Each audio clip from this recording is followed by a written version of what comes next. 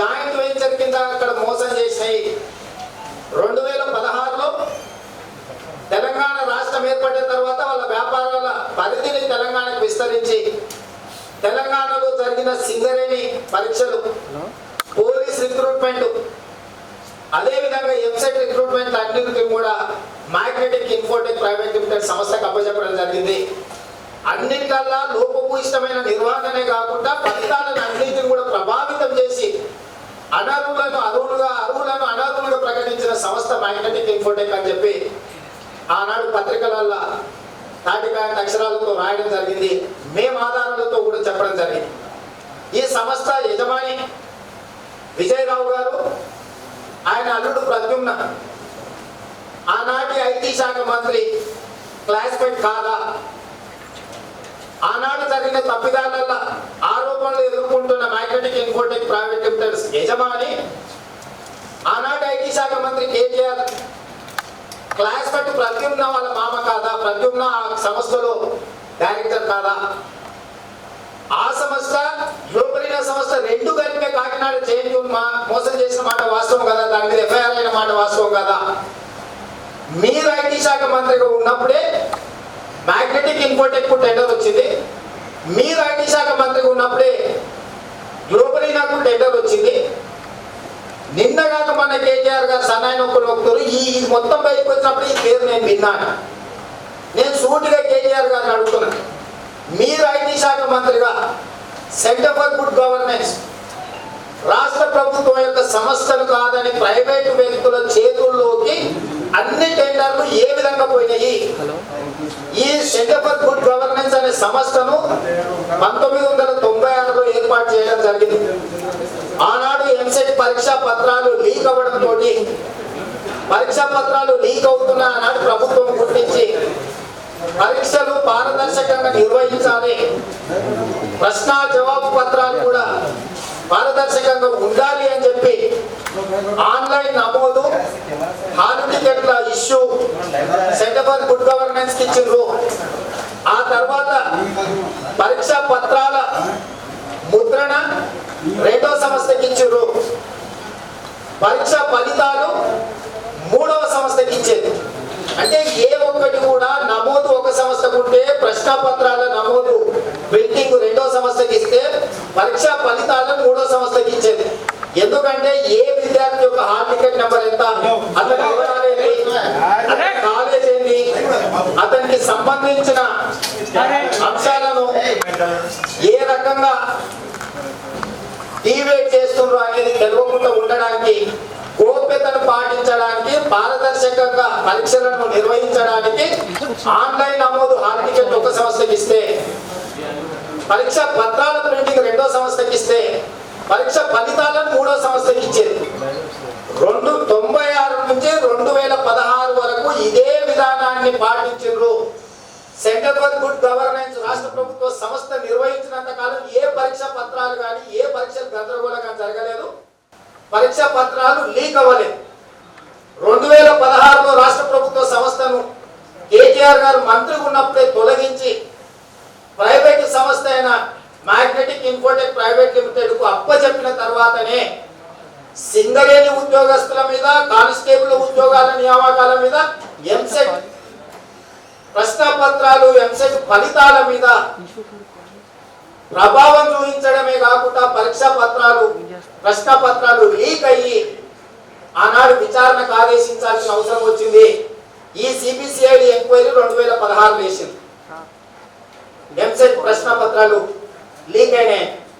ఇందులో ప్రభుత్వం మొత్తం విచారణ చేసి అసలు మ్యాగ్నెటిక్ ఇన్ఫోటెక్ సంస్థను పక్కన పెట్టి మిగతా వాళ్ళందరూ చుట్టూ తిప్పారు.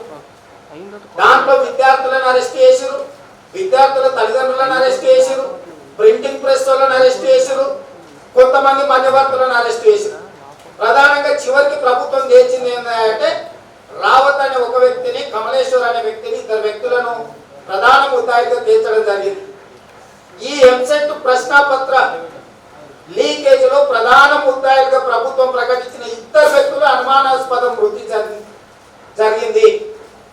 ఈ రోజు రావత్ బతికిలేడు, కమలేశ్వర్ బతికిలేడు. రావత్ సిఐడి కస్టడీలోనే మరణించాడు. కమలేశ్వర్ అనుమానాస్పద మృతి అంటే 2016లో ఎంసెట్ ప్రశ్న పత్రాల లీక్ సంబంధించిన సిఐడి నిర్ధారించిన ఇద్దరు ముద్దాయిలు ఈ రోజు బ్రతికి లేరు.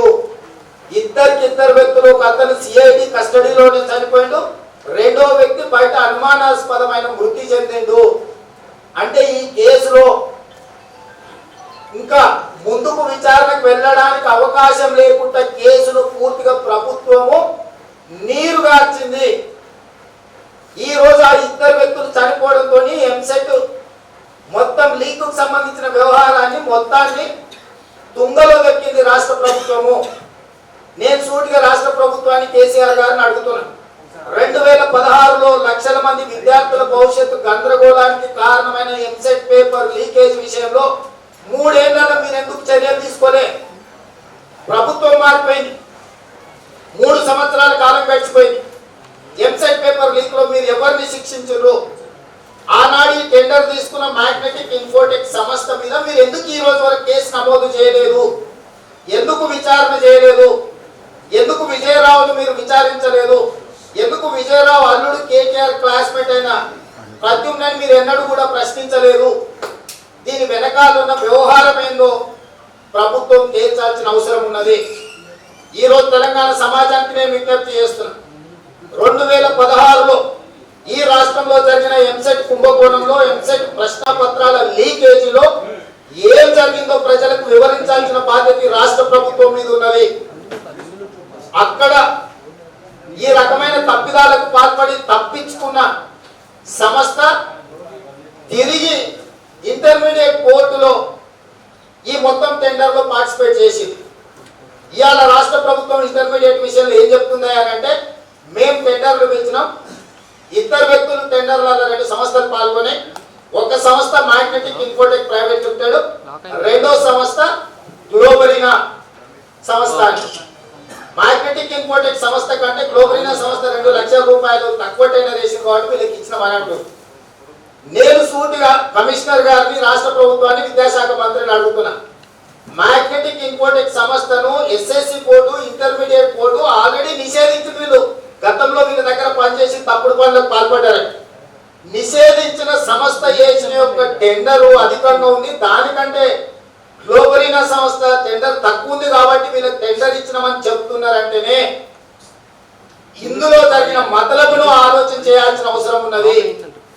ఇవాళ గ్లోబరీనా సంస్థ, మ్యాగ్నెటిక్ ఇన్ఫోటెక్ ప్రైవేట్ లిమిటెడ్ ఈ 2 కలిసి కాకినాడ జేఎన్టీయూను మోసం చేసి వాళ్ళిద్దరు జాయింట్ వెంచర్ కింద పనిచేసిన సర్టిఫికేటే ఇది. అంటే వీళ్ళిద్దరు భాగస్వాములు. ఎంసెట్ కుంభకోణానికి పాల్పడ్డ ఆరోపణలు ఎదుర్కొంటున్న మ్యాగ్నెటిక్ ఇన్ఫోటెక్ సంస్థ ఇంటర్మీడియట్ ఫలితాలను దుర్మార్గంగా 23 మంది విద్యార్థుల చావులకు కారణమైన గ్లోబరీనా సంస్థ ఈ 2 కలిసి వ్యాపారము వ్యవహారం చేసినాయి. వీళ్ళందరూ ఒక్కటే, కంపెనీల పేర్లు మాత్రమే వేరు, వ్యక్తులంతా ఒకటే. వీళ్ళందరూ పార్ట్నర్సే, వీళ్ళందరూ కలిసి వ్యాపారం చేసిండ్రు. ఆ వ్యాపారానికి సంబంధించి కాకినాడ జేఎన్టీ యూనివర్సిటీ వీళ్ళ మీద క్రిమినల్ కేసులు కూడా పెట్టింది. ఆ సంస్థను మోసం చేసిన దాంట్లో ఈ 2 సంస్థలను వాళ్ళు క్రిమినల్ కేసులు పెట్టిండ్రు. Magnetic Infotech already Telangana board of intermediate and SSC board 2 నిషేధించినాయి. నిషేధించిన సంస్థ వేసిన టెండర్ను పరిగణలోకి తీసుకొని మేము గ్లోబరీనా సంస్థకు టెండర్లు కట్టబెట్టినామని ప్రభుత్వం చెబుతుంది. ఇన్ని నియమ నిబంధనలు ఉల్లంఘించి గ్లోబరీనా సంస్థకు టెండర్లు కట్టబెట్టడానికి వెనకాల ఉన్న వ్యక్తులు ఎవరని నేను అడుగుతున్నా. ఇవాళ మ్యాగ్నెటిక్ సంస్థ కానీ గ్లోబరీనా సంస్థ కానీ పేర్లు మాత్రమే వేరు, మొత్తం వ్యవస్థ అంతా కలిసి పనిచేసింది. కేటీఆర్ గారు మంత్రి ఉన్నప్పుడే ఈ సంస్థల మీద ఆరోపణలు వచ్చినాయి, టెండర్లు ఇవ్వడం జరిగింది. ఇవాళ కేటీఆర్ గారు నాకు తెలియని మొదటిసారి పేరు వింటున్నా అని అంటే ఎవరిని మభ్యపెట్టడానికి కేటీఆర్ గారు ప్రయత్నం చేస్తున్నారు. ఇవాళ చాలా మంది చర్చలంతా మార్కులు 90% పైన రావాల్సిన వాళ్ళకు 0 మార్కులు వచ్చినాయి కాబట్టి ఆందోళన చెంది రోడ్డు ఎక్కిందనే చర్చ జరుగుతుంది. దీని వెనకాల పెద్ద కుట్ర ఉన్నది. దీని వెనకాల ఉన్న కుట్ర ఎక్కువ మార్కులు అంటే సరైన మార్కులు రావాల్సిన వాళ్ళకి తక్కువ మార్కులు వచ్చిన ఆరోపణ కానీ దాని మీద చెందుతున్న ఆవేదన చాలా చిన్నది. ప్రతి సంవత్సరం దాదాపుగా 10 లక్షల మంది ఇంటర్మీడియట్ చదువుతున్నారు. 10 లక్షల మంది కనీసంగా ఒక విద్యార్థి ₹1,00,000 ఖర్చు పెడుతున్నాడు. కార్పొరేట్ కాలేజీలలో చదివే విద్యార్థులు 2 లక్షల పైన ఫీజులు చెల్లిస్తున్నారు. యావరేజ్ గా ₹1,00,000 లెక్కేస్తే 10 లక్షల మంది విద్యార్థులకు ₹1,00,000 లెక్కనేస్తే 10,000 కోట్ల రూపాయల వ్యాపారం ఇది. ఇలా కార్పొరేట్ కాలేజీలలో చదువుకుంటున్న విద్యార్థులు పెట్టుతున్న పెట్టుబడి 10,000 కోట్ల రూపాయలు. 10,000 కోట్ల రూపాయలు పెట్టి ప్రైవేట్ కళాశాలలలో చదువుతున్న విద్యార్థులకు మార్కులు, ఆ కళాశాలలు కార్పొరేట్ కళాశాలలు మనుగడ సాధించాలంటే వాళ్ళ దగ్గర చదువుకున్న విద్యార్థులకు 90% పైగా మార్కులు వచ్చినట్టు ప్రకటించుకొని 1వ ర్యాంకు 2వ ర్యాంకు అని టీవీలలో ప్రకటించుకోవడానికి ఈ కార్పొరేట్ కళాశాలలకు అవసరం ఉన్నది. ఈ స్థాయిలో వాళ్ళకు మార్కులు వేయాలంటే మన చదువు మనది కాదు, మన రాసిన పరీక్షలు మనవి కావు, మన తల్లిదండ్రులు కష్టపడి పెట్టిన పెట్టుబడి మనది కాదు. గ్లోబరీనా అనే సంస్థ ఎవరికి కావాలంటే వాడికి 90% మార్కులు వేస్తుంది, ఎవరు నచ్చకపోతే వానికి 0% మార్కులు వేస్తుంది. అసలు ప్రైవేట్ విద్యార్థుల యొక్క డాటా ప్రైవేట్ కంపెనీలకు ఇవ్వకూడదు, నిబంధనలు ఒప్పుకోవు. కానీ 10 లక్షల మంది విద్యార్థుల యొక్క డాటా గ్లోబరీనా అనే ప్రైవేట్ సంస్థ కట్టబెట్టడానికి రాష్ట్ర ప్రభుత్వం టెండర్ అగ్రిమెంట్ చేసిందంటేనే ఇది లోపభూయిష్టమైన అగ్రిమెంట్. ఇవాళ నీ ఆన్లైన్ రిజిస్ట్రేషను, నీ హాల్ టికెట్ నెంబరు, నువ్వు రాసిన పరీక్షా పత్రం యొక్క జవాబు పత్రం యొక్క వివరాలు, నీ పరీక్షా ఫలితాలు అన్ని కూడా ఒకే సంస్థ కట్టబెట్టి దాంతో ఏంటంటే ఏ విద్యార్థి ఎవరో ఏ విద్యార్థికి ఎన్ని మార్కులు వేయాలో గ్లోబరీనా సంస్థకు స్పష్టంగా తెలుసు. కార్పొరేట్ కాలేజీల యొక్క ప్రభావానికి లోనయ్యి వాళ్ళ విద్యార్థులకు అందరికి 90% పైగా మార్కులు వేయడానికి జరుగుతున్న ఇది ఒక మాఫియా, ఇది ఒక దోపిడీ. దీంట్లో 100 కోట్ల రూపాయలు చేతులు మారే అవకాశం ఉన్నది. ఇవాళ మేము 2 కోట్ల 3 కోట్ల టెండర్ కి ప్రభుత్వంలో ఉన్న పెద్దలు కక్కుర్తికి పాల్పడతారా? దీని టెండర్ విలువనే 2-3 కోట్లు అంటుంది. 2-3 కోట్లు కాదు, ఈ మొత్తం ఇస్తా అంటే ఉల్టా 100 కోట్లు కూడా ఇంటర్మీడియట్ ఎక్కించేవాళ్ళు వచ్చే మంది ఉన్నారు బయట. ఎందుకంటే ఈ వ్యవస్థలో 10 లక్షల మంది యొక్క విద్యార్థుల భవిష్యత్తును 0 మార్కులు వేయాలన్నా 100కి 100 మార్కులు వేయాలన్నా నిర్ణయించే బాధ్యత ఇది. గతంలో పారదర్శకంగా ఉండడానికి విద్యార్థుల ఆన్లైన్ రిజిస్ట్రేషన్, హాల్ టికెట్లు, సెంటర్ ఫర్ గుడ్ గవర్నెన్స్ రాష్ట్ర ప్రభుత్వ సంస్థ ఏర్పాటు చేస్తే ప్రైవేట్ ఇంకొక సంస్థకు పరీక్షా పత్రాలను ముద్రణకి ఇచ్చేది, పరీక్షల యొక్క ఫలితాలను 3వ సంస్థకి ఇచ్చేది. అంటే నమోదైన విద్యార్థి వివరాలు వీళ్ళ దగ్గరనే ఉండిపోతాయి, కోడ్ నెంబర్ ఇచ్చిన తర్వాతనే పరీక్ష ఫలితాలు ఉంటాయి. అంటే ఎక్కడ కూడా ఏ విద్యార్థి యొక్క వివరాలు ఫలితాలు విడుదల చేసే వాళ్ళకి తెలియకుండా దాపరికం మెయింటైన్ చేసి ఒక ట్రాన్స్పరెంట్ గా పరీక్షలు నిర్వహించేది. ఈ రోజు ఏమైంది, అన్ని వివరాలు గ్లోబరీనా రాజు గారి చేతిలో పెట్టేసి ఎంసెట్ ఏమో రావు గారి చేతిలో పెట్టిరు. మొదటి నుంచి చివరి వరకు అన్ని ఒకే సంస్థ కప్పచెప్పి ఇవాళ ఇంటర్మీడియట్ మొత్తం తీసుకెళ్ళి ఒక రాజు గారి చేతిలో పెట్టిరు. అంటే తెలంగాణలో 10 లక్షల మంది యొక్క విద్యార్థుల ఆన్లైన్ నమోదు నుంచి పరీక్షా ఫలితాల వరకు అన్ని వివరాలు తీసుకెళ్లి ఒక వ్యక్తి చేతిలో పెట్టడం ద్వారా కార్పొరేట్ కంపెనీలకు, కార్పొరేట్ కాలేజీలకు మేనేజ్ చేసుకోవడానికి అవసరమైన అన్ని అవకాశాలు మొత్తము ఆధిపత్యం అంతా ఒక వ్యక్తి చేతికి ఇచ్చారు. ఆ వ్యక్తి ఈ కార్పొరేట్ కళాశాలల మధ్యలో జరుగుతున్న లావాదేవీలు 100 కోట్ల రూపాయలలో జరిగింది. ఈ వ్యవస్థ మొత్తం టెండర్ 2 కోట్లు 3 కోట్లు 4 కోట్లు కాదు, 10 లక్షల మంది విద్యార్థులు, ప్రతి విద్యార్థి ₹1,00,000 ఖర్చు పెట్టి ఇంటర్మీడియట్ చదివితే 10,000 కోట్ల రూపాయల వ్యాపారం. కనీసంగా 10,000 కోట్ల రూపాయలు పెట్టి చదువుకుంటున్న ప్రతి సంవత్సరం విద్యార్థుల యొక్క పరీక్షా ఫలితాలను ఒక ప్రైవేట్ వ్యక్తి చేతిలో పెట్టి కార్పొరేట్ కళాశాలలలో చదువుకున్న వాళ్ళని మెప్పించిన వాళ్ళకి 90% పైగా మార్కులు వేయడానికి అవకాశము గ్లోబరీనా సంస్థకి రాష్ట్ర ప్రభుత్వం కల్పించింది. గ్లోబరీనా సంస్థ ఒక్కటి ఇంత పెద్ద పని చెయ్యలేదు. దీని వెనకాల ఎవరున్నారో తేలాల్సిన అవసరం ఉన్నది. ఎంసెట్ లో మ్యాగ్నెటిక్ ఇన్ఫోటెక్ సంస్థను ముద్దాయిగా పెట్టలేదు. కేవలం ప్రింటింగ్ ప్రెస్ వాళ్ళను, క్వశ్చన్ పేపర్ కొనుక్కున్న విద్యార్థుల తల్లిదండ్రులను, దారుణమైన దానాయాలను మాత్రమే ఎంసెట్ లో ఫిక్స్ చేసిండ్రు. మరి ఆ ఎంసెట్ లో ఎందుకు మ్యాగ్నెటిక్ ఇన్ఫోటెక్ సంస్థ తప్పిదాలను సంస్థ మీద ఎందుకు కేసు పెట్టలేదు? ఇవాళ ఎంసెట్ ముద్దాయిగా ప్రభుత్వం చూపించిన 2 వ్యక్తులు చచ్చిపోయారు అనుమానాస్పదం. ఒకటి సిఐడి కస్టడీలోనే చచ్చిపోయి, ఇంకోటి బయట అనుమానాస్పదంగా చచ్చిపోయారు. అంటే ఈ కేసును ఇంకా విచారణలో పురోగతి లేకుండా ప్రభుత్వం కేసును తొక్కిపెట్టింది. నిజంగానే ఇందులో ఎంసెట్ కుంభకోణంలో ప్రభుత్వంలో ఉన్న పెద్దల యొక్క ప్రమేయం లేకపోతే 3 సంవత్సరాలు సిఐడి విచారణ ఏం చేస్తుంది? కాంగ్రెస్ పార్టీ డిమాండ్ చేస్తుంది ఈరోజు కేసీఆర్ ను. ఎంసెట్ కుంభకోణం జరిగి 3 సంవత్సరాలైంది. సిఐడి విచారణకు ఆదేశించి 3 సంవత్సరాలైంది. ఎందుకు ఈ విచారణలో మీరు ఎవరెవరి మీద కేసులు పెట్టిర్రు, ఎవరెవరిని జైలుకు పంపించారు, ఆ సంస్థల మీద తీసుకున్న మీరు చర్యలు ఏంటి అనేది ఎందుకు ప్రభుత్వము ప్రజలకు వివరించడం లేదు? దీని వెనకాల ఉన్న మతలబ్ ఏందో చెప్పాల్సిన అవసరం ఉన్నది. కాంగ్రెస్ పార్టీ డిమాండ్ చేస్తుంది. రెండవది, మ్యాగ్నెటిక్ ఇన్ఫోటెక్ గ్లోబలినా సంస్థ 2 జాయింట్ వెంచర్ కాకినాడ చేసినాయి. వాళ్ళ మీద అక్కడ పోలీస్ స్టేషన్లో కేసు నమోదైంది. నేరానికి పదే కలిసి పాల్పడ్డ సంస్థలకు 3వసారి మీరు ఎందుకు బోర్డ్ ఆఫ్ ఇంటర్మీడియట్ టెండర్ ఇచ్చిండ్రు? ఇలా బోర్డ్ ఆఫ్ ఇంటర్మీడియట్ టెండర్ ఇచ్చిన సంస్థ నాకు తెలియదు, నేను విననే లేదని కేటీఆర్ గారు అంటున్నారంటే ఇది బుకాయింపు కాదా?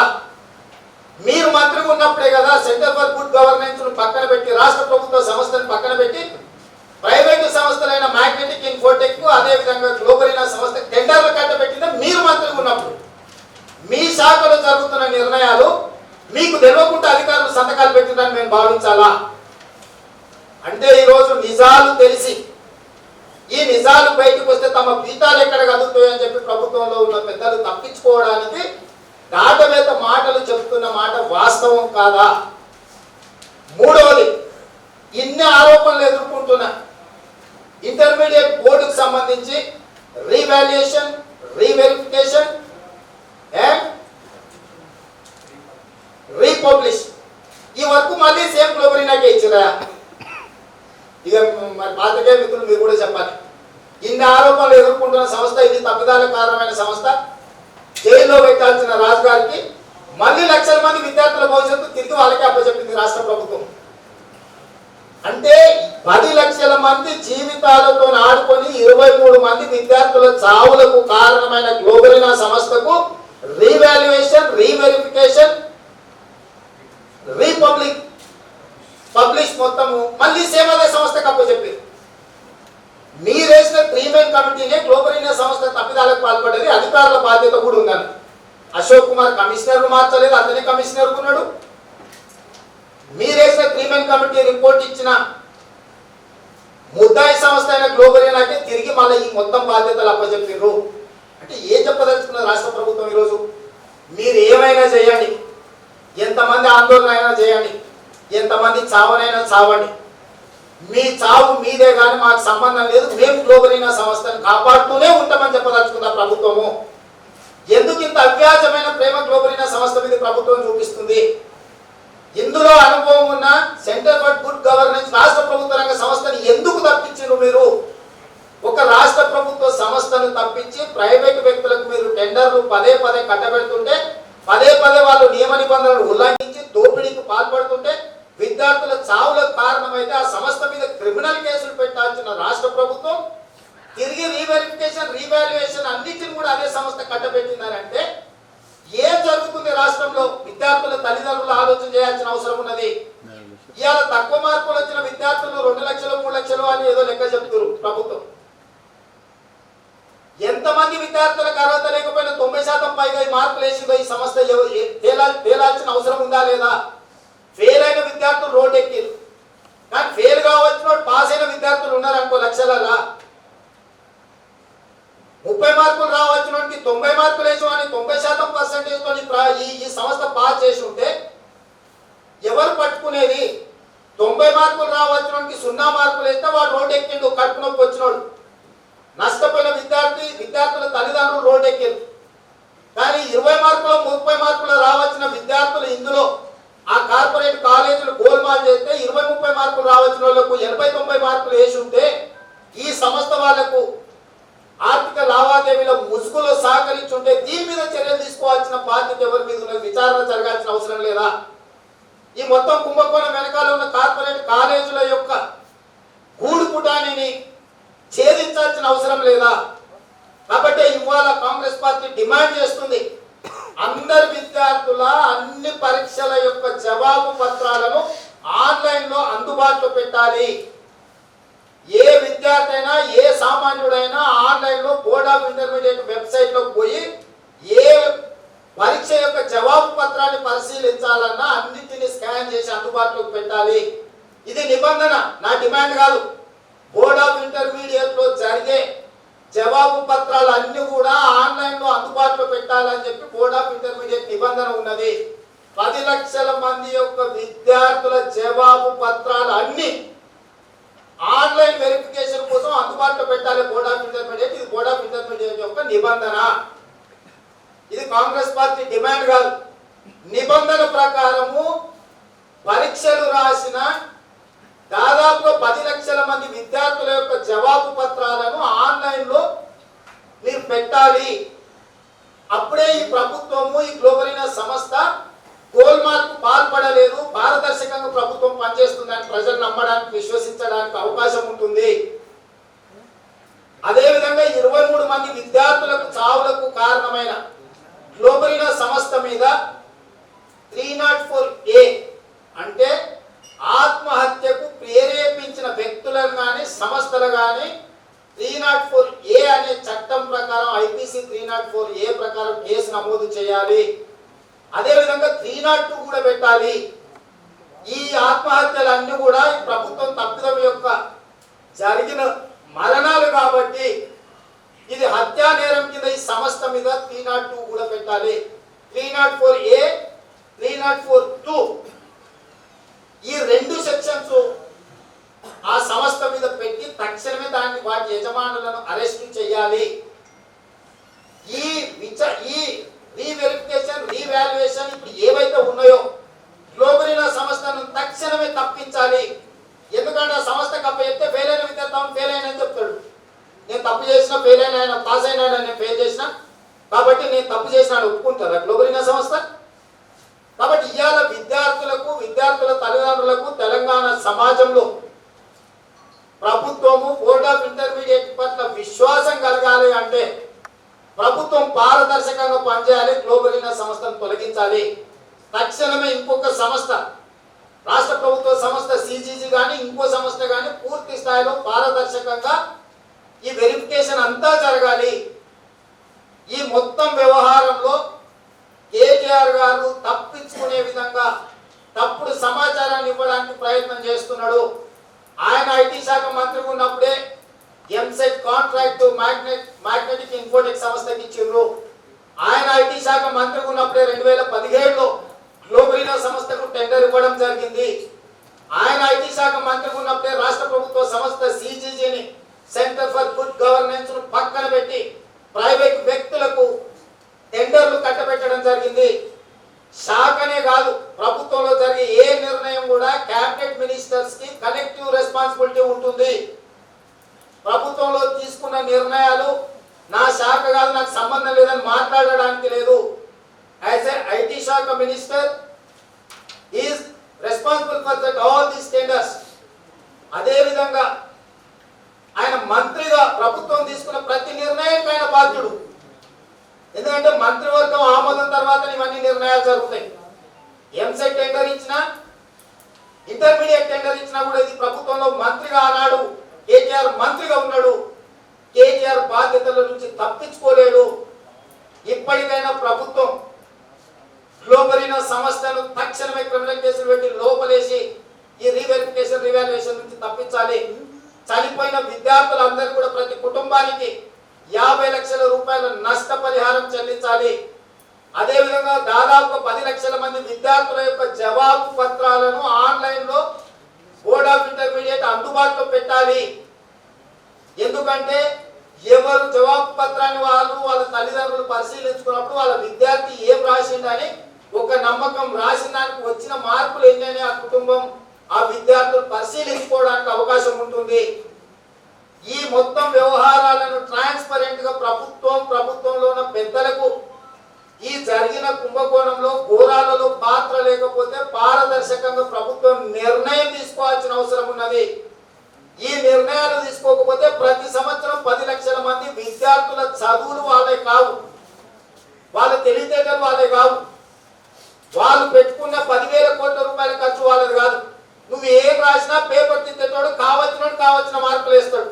అంటే మొత్తం ఇంటర్మీడియట్ బోర్డు విద్యా వ్యవస్థ మొత్తం కార్పొరేట్ కళాశాలల గుప్పిట్లోకి వెళ్తుంది.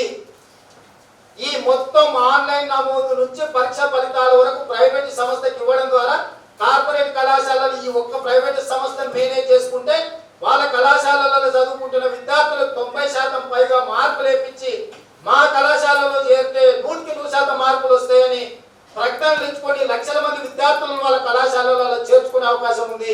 ఇది వేల కోట్ల రూపాయల కుంభకోణానికి దారి తీస్తున్నది. ప్రతి సంవత్సరం నికరంగా 10,000 కోట్ల రూపాయల ఖర్చు జరుగుతున్నది బోర్డ్ ఆఫ్ ఇంటర్మీడియట్ చదువు కోసము. ప్రతి సంవత్సరం మినిమం నేను చెప్పేది ఈ 10,000 కోట్ల రూపాయలల్లా పరీక్ష ఫలితాలల్లా 100 కోట్ల రూపాయలు చేతులు మారే అవకాశం ఉంది. ఈ ప్రైవేట్ వ్యక్తి చేతుల్లో వివరాలు ఉంటే ఇంత పెద్ద కుంభకోణం, గతంలో వ్యాపం కుంభకోణం అని వచ్చింది దేశ స్థాయిలో, అంతకంటే పెద్ద కుంభకోణంగా మారే అవకాశం ఉంది. తక్షణమే ప్రభుత్వం కళ్ళు తెరవాలి. ప్రభుత్వంలో ఉన్న పెద్దలకి ఇందులో భాగస్వామ్యం లేదంటే పారదర్శకంగా విచారణ చేయాలి. సంబంధిత వ్యక్తుల మీద క్రిమినల్ కేసులు పెట్టాలి. ఇవన్నీ చేయడానికి ప్రభుత్వానికి 24 గంటల సమయం ఇస్తున్నాం. రేపు సాయంత్రం వరకు ప్రభుత్వం దీని మీద విస్పష్టమైన ప్రకటనతో ముందుకు రావాల్సిన అవసరం ఉంది. రేపు సాయంత్రం వరకు ప్రభుత్వం విస్పష్టమైన ప్రకటనతో ముందు రాకపోతే మా మిత్రుడు యువజన కాంగ్రెస్ పార్టీ రాష్ట్ర అధ్యక్షుడు అనిల్ కుమార్ యాదవ్, అదేవిధంగా మా ఎన్ఎస్వై స్టేట్ ప్రెసిడెంట్ వెంకట్ ఇద్దరు 48 గంటల దీక్ష గాంధీ భవన్ లోనే చేపడుతున్నారు. విద్యార్థులకు, విద్యార్థుల తల్లిదండ్రులకు, చనిపోయిన కుటుంబాలకు భరోసా కల్పించడానికి, విశ్వాసం కల్పించడానికి, ప్రభుత్వం చేస్తున్న తప్పిదాల మీద పోరాటం చేయడానికి మా యువజన విభాగం అధ్యక్షుడు అనిల్ కుమార్ యాదవ్, మా విద్యార్థి విభాగం అధ్యక్షుడు వెంకట్ వాళ్ళ నాయకత్వంలో 48 గంటల నిరాహార దీక్ష చేయడానికి మా రెండు విభాగాలు, మా అనుబంధ విభాగాలు ముందుకు వచ్చినాయి. ప్రభుత్వం ఇప్పటికైనా కళ్ళు తెరిచి 24 గంటలల్లా చర్యలకు పూనుకోవాలి. చర్యలకు పూనుకోకపోతే మొదటి విడతగా మా విద్యార్థి యువజన నాయకులు దీక్ష కూర్చుంటారు. తర్వాత భవిష్యత్ కార్యాచరణను కూడా కాంగ్రెస్ పార్టీ తీసుకుంటుంది. ప్రభుత్వం మీద నిరంతరం పోరాటం చేస్తుంది. ఏ విద్యార్థులు కూడా ఆత్మహత్యలు చేసుకోకండి. మేమందరం మీకోసం కొట్లాడతాం. మీ తరఫున మేముంటాం. లక్షల మంది విద్యార్థుల తల్లిదండ్రులకు అండగా మేముంటాం. కాంగ్రెస్ పార్టీ ఉంటుంది. మీ ఆవేదన మా ఆవేదన, మీ కష్టం మా కష్టం. మీ పిల్లలు అనాథలు కాదు, మేమందరం ఉన్నాం. సోదరులుగా మేము అండగా నిలబడతాం. రాజకీయ పార్టీగా కాంగ్రెస్ పార్టీ అండగా నిలబడుతుంది. దీన్ని ఇంతటితో వదిలే సమస్యనే లేదు. జాతీయ స్థాయిలో దీని మీద చర్చ జరిగే విధంగా ఈరోజు కాంగ్రెస్ పార్టీ పోరాటం చేస్తుంది. పాత్రికేయ మిత్రులారా, మీ యజమానులకు కూడా విజ్ఞప్తి చేస్తున్నా, మీరు కూడా తల్లిదండ్రులే. రేపు భవిష్యత్తులో మీ పిల్లలు కూడా 10వ తరగతి 12వ తరగతి చదివితే వాడు కష్టపడి చదివి పరీక్షలు రాస్తే కూడా మార్కులు వచ్చే అవకాశం లేదు. కార్పొరేట్ కాలేజీలు మేనేజ్ చేసుకుంటే మార్కులు వస్తాయి తప్ప మీరు చదువుకుంటే మార్కులు రావు. ఇవాళ ఒక ప్రైవేట్ వ్యక్తి చేతిలో ఆన్లైన్ నమోదు నుంచి హాల్ టికెట్ల ఇష్యూ వరకు, ప్రశ్న పత్రాల ప్రింటింగ్ నుంచి మొదలుపెట్టే పరీక్ష ఫలితాల వరకు ఒక వ్యక్తి చేతులకు వెళ్తే ఆ వ్యక్తిని ప్రసన్నం చేసుకున్న కార్పొరేట్ కాలేజీల యజమానులకు మాత్రమే మార్కులు వస్తాయి. పేదోళ్ళ పిల్లలు చదువుకున్నా కూడా మార్కులు వచ్చే అవకాశం లేదు. వేల కోట్ల రూపాయల వ్యాపారం సాగుతున్న ఇంటర్మీడియట్ చదువులల్లా 100 కోట్ల రూపాయల చేతులు మారి కుంభకోణానికి దారి తీస్తుంది. కాబట్టి ఈ అంశాన్ని ఏదో ఇంటర్మీడియట్ పరీక్ష ఫలితాలలో జరిగి దొర్లిన కొన్ని చిన్న తప్పిదాల కింద చూడకండి. దీని వెనకాల చాలా పెద్ద మాఫియా ఉన్నది. ఇది ఒక విద్యా మాఫియా. 100 కోట్లు చేతులు మారి వేల కోట్ల పెట్టుబడులను దోసుకోవడానికి జరుగుతున్న వ్యవహారంగా చూడాల్సిన అవసరం ఉన్నది. దీని వెనకాల ఉన్న కార్పొరేట్ కాలేజీలు, దీనికి సహకరిస్తున్న, ప్రత్యక్షంగా పరోక్షంగా సహకరిస్తున్న ప్రభుత్వంలో ఉన్న పెద్దలు, అదేవిధంగా సంస్థల మీద పూర్తి స్థాయిలో విచారణ జరగాల్సిన అవసరం ఉన్నది. దీన్ని ఇంతటితో వదిలే సమస్యనే లేదు. ఈ గోల్మాల్ జేఎన్యూ కాకినాడలో 2014లో మొదలైంది. 2016లో ఎంసెట్ 2 పేపర్ లీకేజీలో కనిపించింది. మళ్ళా 2019లో ఇంటర్మీడియట్ బోర్డు జవాబు పత్రాలు ఫలితాల మీద కనిపించింది. ఇంకా కనిపించనివి కానిస్టేబుల్ రిక్రూట్మెంట్ సింగరేణి ఫలితాలు, సింగరేణి ఉద్యోగాల ఫలితాలలో కూడా జరిగింది. అన్నిటికీ కారణము మ్యాగ్నెటిక్ ఇన్ఫోటెక్ అనే సంస్థ. ఆ సంస్థ విజయరావు గారి అల్లుడు కేటీఆర్ గారి మిత్రుడు, క్లాస్మేట్ కాదా? ఎవరు దీని వెనకాల ఉన్నారు? కళ్యాణ్ శ్రీహరి గారు కమిటీ చేసినప్పుడు తిరస్కరించిన మొదటి టెండర్ వీళ్ళకి ఇవ్వడానికి లేదు, అర్హత లేదని. ఎవరు కళ్యాణ్ శ్రీహరి మీద ఒత్తిడి చేసి మళ్ళీ వీళ్ళకి టెండర్ ఇవ్వడానికి సంతకాలు పెట్టించిండ్రు? ఇవన్నీ విచారణ జరగాలంటే రాష్ట్ర ప్రభుత్వం చేతిలో ఈ విచారణకు న్యాయం జరగదు. స్వతంత్ర సంస్థ చేత విచారణ జరగాల్సిన అవసరం ఉన్నది. నేరస్తులందరినీ కూడా శిక్షించాల్సిన అవసరం ఉన్నది. కాంగ్రెస్ పార్టీ పూర్తి స్థాయిలో పోరాటం చేస్తుంది.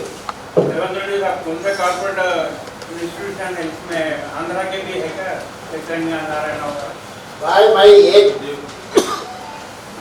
कॉलेज के नाम मैं नहीं लेना चाहता हूँ।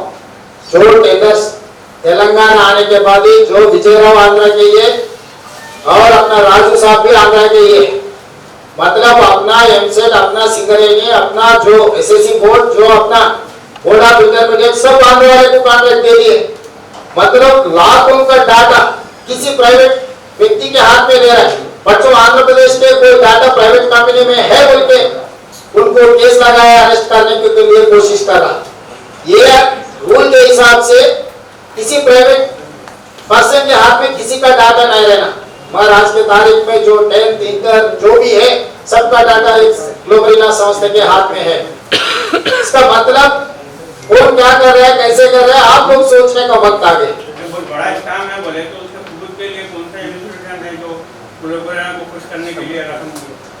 हाँ बराबर है, मैं ये बोल रहा हूँ ना, ये काकीनाडा जेएनयू में ग्लोबलिना और मैग्नेटिक इन्फोटेक जॉइंट वेंचर किए, काम किए, टू होम सर्विस में कंसर्न ये पूरा लेटर इश्यू किए काकीनाडा यूनिवर्सिटी। तो वो एमसेट में एक फंसा हुआ है, दूसरा बोर्ड ऑफ इंटरमीडिएट है। ये दोनों मिलकर काकीनाडा में चोरी किए। पहला काकीनाडा में दोनों मिलकर चोरी करे, उसके बाद एमसेट में मैग्नेटिक इन्फोटेक चोरी करा, अभी तीसरा बार इंटरमीडिएट बोर्ड में ग्लोबलिना चोरी किए। जो गवर्नमेंट इंस्टीट्यूशन है सेंटर फॉर गुड गवर्नेंस, उसको निकाल के प्राइवेट वाले को क्यों दे रहा है सरकार? वो टाइम पे केटीआर साहब मिनिस्टर था ना। फिर आज के तारीख में केटीआर साहब ये कह रहा है कि मैं कभी नाम सुना ही नहीं, मुझे पता ही नहीं। मतलब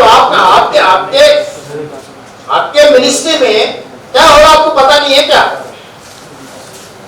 क्यों एमसेट में जो एलिगेशंस है वो दोनों मर गए। आज एक सीआईडी कस्टडी में मर गए, दूसरा बाहर मर गए, उसका भी सस्पिशियस देते। आज तक वो भी इंक्वायरी नहीं चल रहा। 3 साल हो गए एमसेट का सीआईडी डाल के। क्यों सीआईडी 3 साल में किसको नहीं पकड़े? क्यों किसको जेल नहीं भेजा? जो एमसेट में मैग्नेटिक इन्फोटेक था उसके ऊपर क्यों केस नहीं लगा?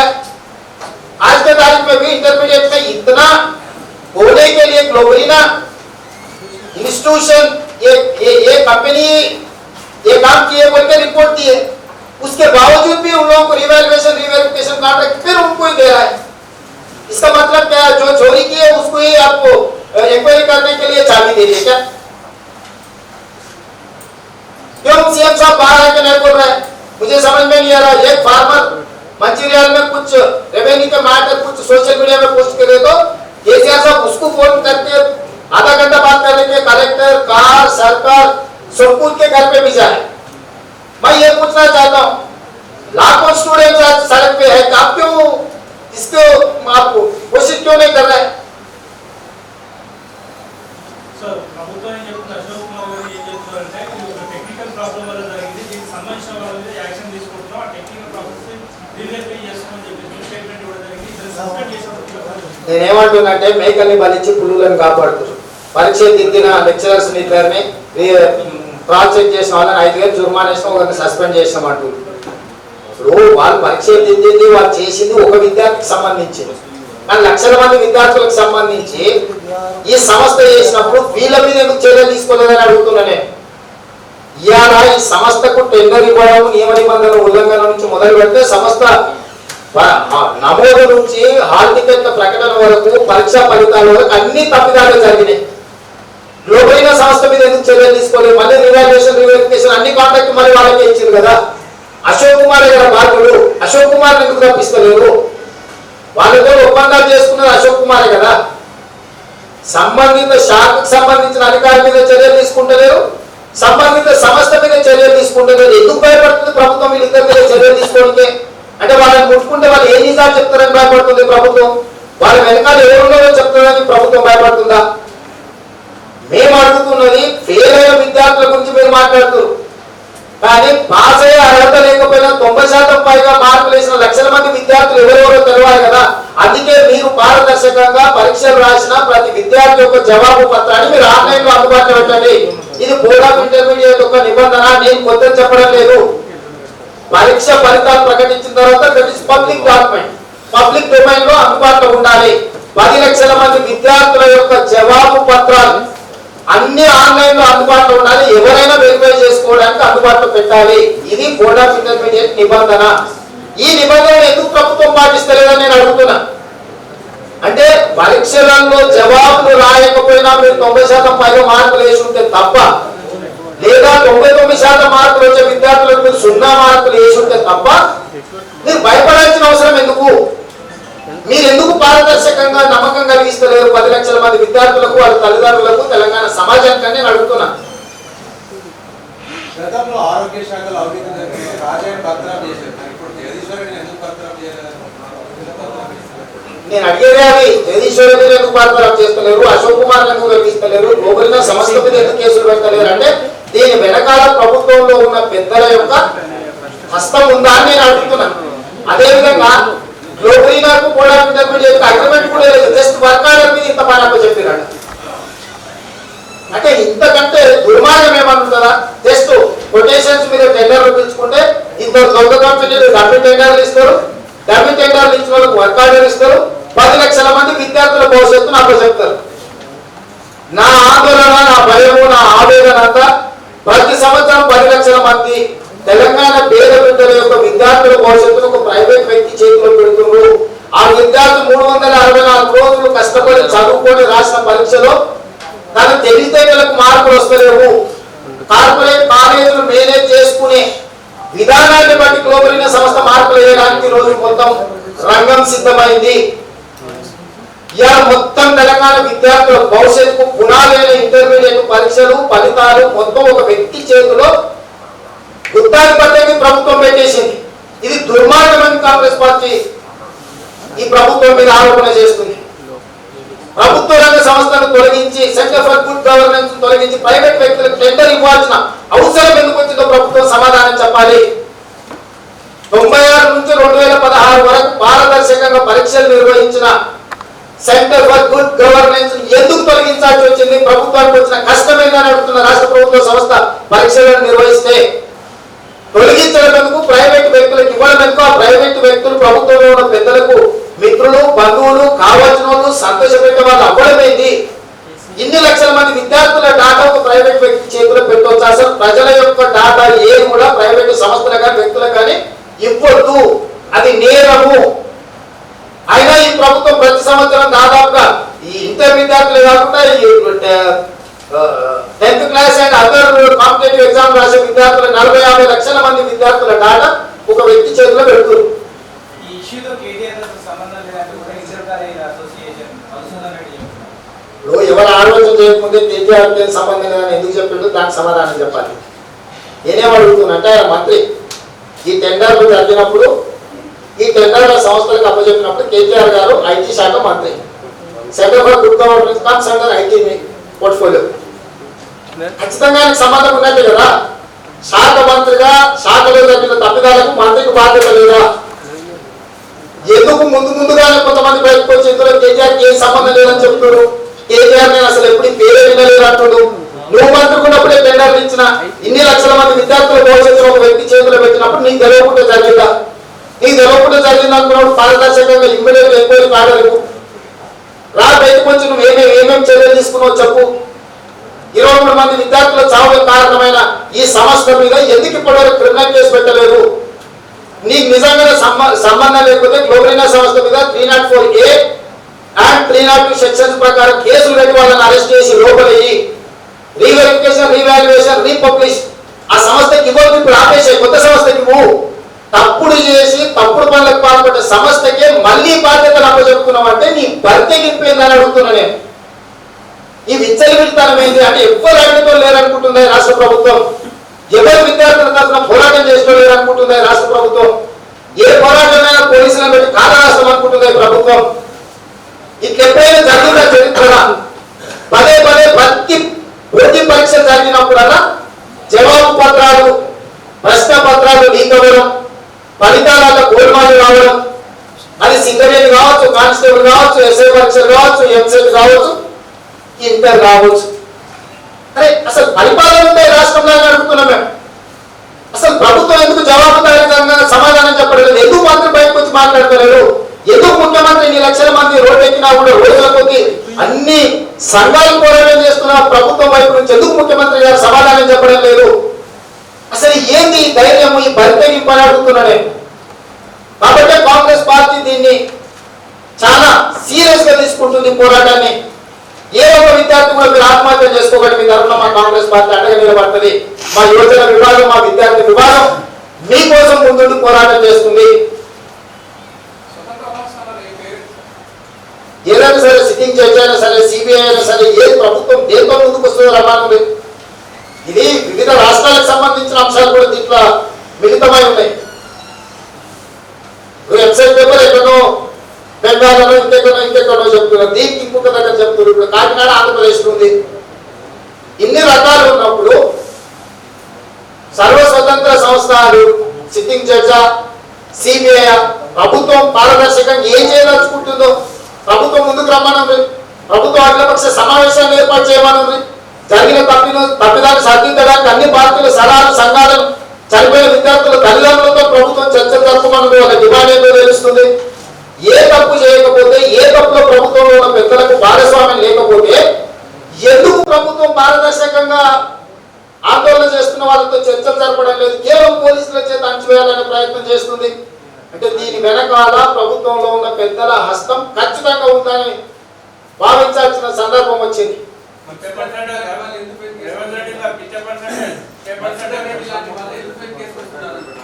మధుసూదన్ రెడ్డి గారికి సమాచార లోపం ఉండొచ్చు, అతను కూడా ప్రభుత్వ ఉద్యోగి, అతని మీద ఒత్తిడి కూడా ఉండొచ్చు. అతను ఏమంటున్నాడు అనేది అప్రస్తుతం. ప్రభుత్వం తీసుకుంటున్న చర్యలు ఏంటి అనేది ఇక్కడ ప్రస్తుతం. పారదర్శకంగా ప్రజలకు విశ్వాసం కల్పించిన పరిపాలన అందించాల్సింది కేసీఆర్ గారు. కేసీఆర్ గారు ఎందుకు ఈ విషయంలో బయటకు వచ్చి మాట్లాడలేడు, ముఖం చాటేస్తున్నాడు? ప్రతిసారి గవర్నర్ అని గంటల కొద్ది మాట్లాడుకుంటారు. ఎడ్యుకేషన్ కి ఛాన్సలర్ గవర్నర్ గారు ఎందుకు ఈ విషయం మీద స్పందించడం లేదు? ముఖ్యమంత్రి పదే పదే పోయి గవర్నర్ దగ్గర గంటల కొద్ది కూర్చుంటారు, వాళ్ళిద్దరు మాట్లాడుకుంటలేరా ఈ జరిగిన దాని మీద? వాళ్ళు already vigilance and enforcement report ఇచ్చింది, వాళ్ళని బ్లాక్ లిస్ట్ చేసిండ్రు, వాళ్ళ మీద క్రిమినల్ కేసు కూడా పెట్టారు. సో ఫర్దర్ కార్యాచరణ రాష్ట్ర ప్రభుత్వం చేపడుతుంది. సో ఇన్ని ఆరోపణలు ఎదుర్కొంటున్న సంస్థలను బ్లాక్ లిస్ట్ అయ్యి ఆల్రెడీ ఎస్ఎస్సి బోర్డులో, ఇంటర్మీడియట్ బోర్డులో బ్లాక్ లిస్ట్ అని మ్యాగ్నెటిక్ ఇంపోర్టెంట్ మళ్ళీ ఎట్లా టెండర్ వేసింది? ఆ టెండర్ పరిగణలోకి తీసుకొని గ్లోబల్ నాకు ఎట్లా టెండర్ ఇచ్చారు అంటే మొత్తము మీరు దీన్ని ఒక ఇంటర్మీడియట్ సమస్య కింద చూడకండి. జేఎన్యూ కాకినాడ ఎంసెట్ పేపరు, తర్వాత ఇంటర్మీడియట్ మధ్యలో వచ్చిన కానిస్టేబుల్, సింగరేణి కూడా దీని రిలేటెడ్ ఈ సంస్థలే ఉన్నాయి. తెలంగాణ రాష్ట్రం వచ్చినప్పటి నుంచి ఒక రావు గారు, ఒక రాజు గారు ఈ మొత్తం వ్యవహారాలను అన్నింటిని కూడా వాళ్ళ కనుసైగలను నడుపుతున్నారు. ఎవరా రావు, ఎవరా రాజు, వాళ్ళ వెనకాల ఉన్న యువరాజులు ఎవరు బయటికి రావాలి విచారణలని కాంగ్రెస్ పార్టీ డిమాండ్ చేస్తుంది.